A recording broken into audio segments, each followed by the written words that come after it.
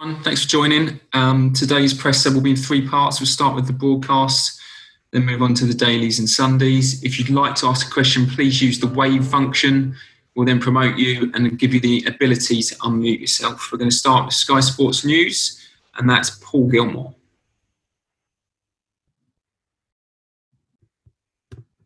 Hi, Frank. Hi, Paul. Frank, how much are you looking forward to welcoming supporters back to Stamford Bridge after the Prime Minister's announcement this morning? And how ready do you feel the club and football is for that? Yeah, and I'm very excited to welcome our fans back. Not just our fans. I think we all crave, in the country, we've been craving fans to be back at games, for the atmosphere, for what it means to the game here. And obviously, if and when done in the right way, with the right precautions, I think football, from being within it, has made some really good steps in difficult conditions over the last few months, and hopefully we keep making forward steps and we get our fans back in the stadiums. They obviously won't be there for the big game this weekend at Wembley. How is the squad injury-wise, and how do you stop this United front three and Bruno Fernandes? The squad's okay. N'Golo Kante won't be fit for the match. He's still not right, so he's out. Other than that, we have a few people with a few little niggles, which I'll monitor over the next 24 hours or so, and then we'll be ready to go. We know they're playing well. They've got a very, very potent front three, the most potent front three probably in the country on pure numbers anyway, in terms of goals. And obviously Fernandes has made a huge difference coming in January. So you see that the strength that's brought to their team with individual qualities. But we know that we have to be confident in ourselves, deal with their threats, and worry about us as well. How's Ziyech settled in this week with his new teammates? Yeah, Hakeem's been here for the week, trained a couple of days on his own, and then he's integrated a bit with the team. So very well. The lads have welcomed him very well. He's settled in and chatting and forming those new relationships in the early stages, and more importantly for him, getting himself fit. Nice to take a bit part in training and then also get some physical work because he hasn't trained or played for quite a while.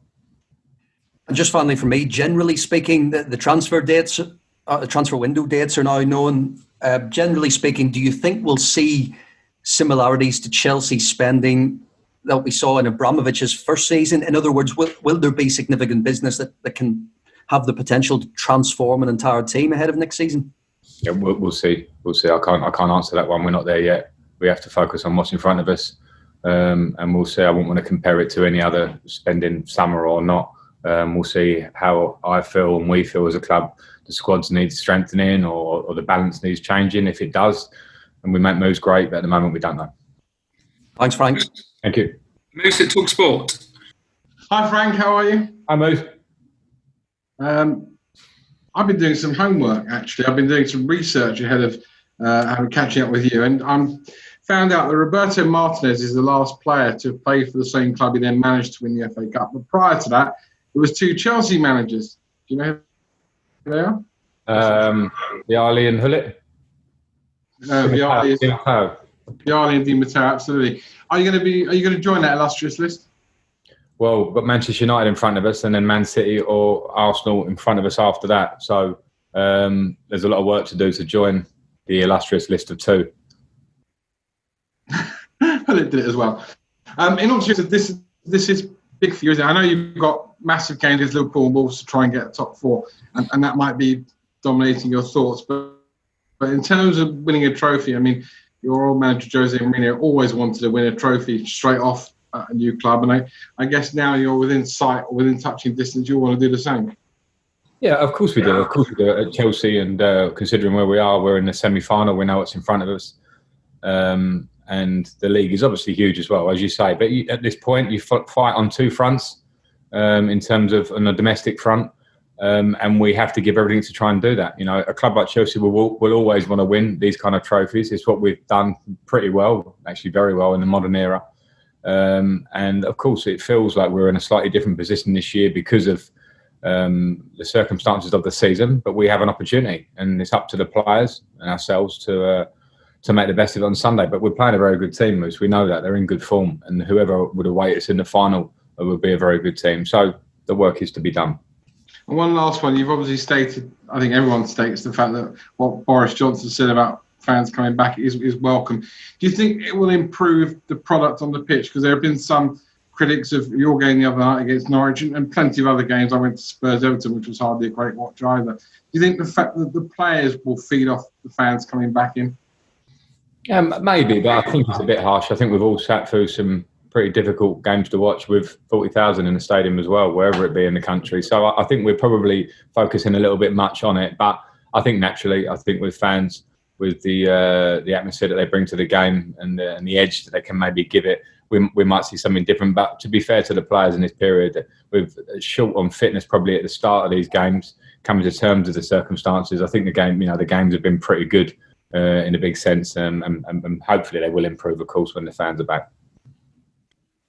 Thanks, Bruce. Nick Pewell, PA.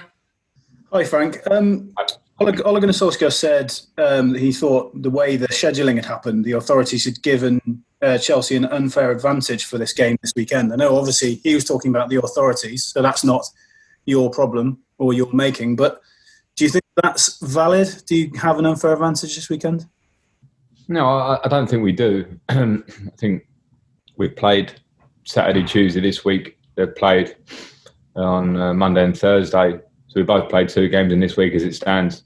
We're in a period where we're playing games all the time, very regularly. And you become play, recover, play again, recover, and you work with the squad as it is. And it's an age-old question. A lot of managers, you probably dig out times when I've mentioned it, but at the same time, it isn't about advantage or not. Sometimes it works in your favour to be playing regularly and ticking over. I don't see it. Okay, last question in this section. Tom Hamilton, ESPN. Hi, Frank. I'm just wondering on Christian Pulisic, what sort of improvements have you seen this season? Where perhaps do you want to see him grow, I guess, over the next year or so? And what do you hope to see from him at the weekend? Well, I've seen real improvement in him in his all-round game. I think coming to the Premier League was very difficult because of the physical nature of the league, and we have to remember how young Christian is, and also the summer that he'd had. And I think he found those physical demands pretty strong in the beginning, and now you're seeing him deal with those better. I think a lot of that can be credit to himself and how he's approached it. He's worked a lot with our strength and conditioning coach, Adam Burrows, who's fantastic, but they've worked together. So it's Christian that has to take on that responsibility, and he has, and I think physically that's helped him. But also just his talent is coming through. I want probably looking forward to probably see more of what he's showing in recent time, which is goals and assists, because that's what the best in the world do in that position. I feel he has the capabilities to do that as he improves. That for me can be the edge as his game goes on and moves on levels. Okay, that's the end of the broadcast section. So we'll turn the virtual camera.